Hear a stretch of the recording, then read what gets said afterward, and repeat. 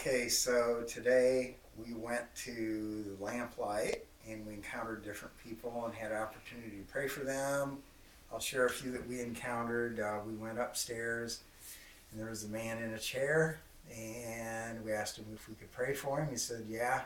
And he said he's in some kind of an accident. He had pain in his hands, his arms, his shoulder, through his body. So we all prayed for him.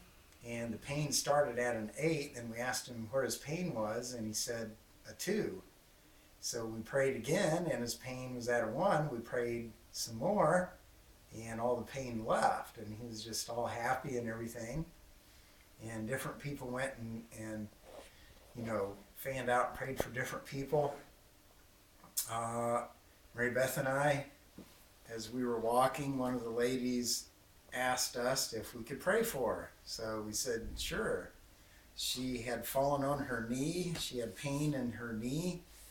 And because of the fall, she had pain in her sciatic from a disc.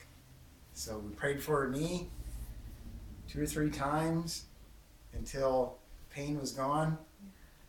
And we also prayed for her, I'm not sure what it was, just to be free of something. Then that's when she told us about her back. We prayed for her back a couple times. The pain left there. And after we got done, her eyes were just lit up. Her face was smiling. Her countenance was totally different. Mm-hmm. Completely. So, and there were other people that we prayed for, and it was just a ripe harvest ground. And it's so neat when Jesus is right there and we watch him just touch people. It's amazing. Mm-hmm. Yes. Mm-hmm. Excellent. One of the big reasons why I was wanting to go back to Lamplight was to meet a gentleman that I had prayed several times with before. Let's call him Gary, not his real name. But in the course of the discussion, number one, Gary had indicated that he received an answer to a prayer that we had from the last time, and he was greatly encouraged from that, so he was that much closer to knowing the Lord. And this process is a reminder to me that not all of our conversion experiences are immediate, that sometimes it's a matter of process.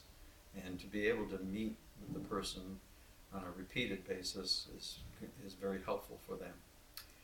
In the course of today's discussion, we discovered that Gary's suffering from a spirit of unforgiveness.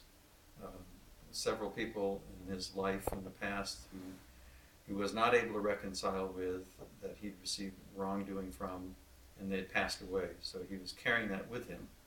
And so my partner and I were able to pray with him and to encourage him towards the attitude of unforgiveness and to be released from the Lord and asking the Lord to rebuke the enemy from giving him that spirit of unforgiveness. And so he was almost completely convinced, but he was on the road to recovery, I would say. And the Lord will continue to work in his heart. And he encouraged us to come back so that we could check up with him and see what the latest results are for that.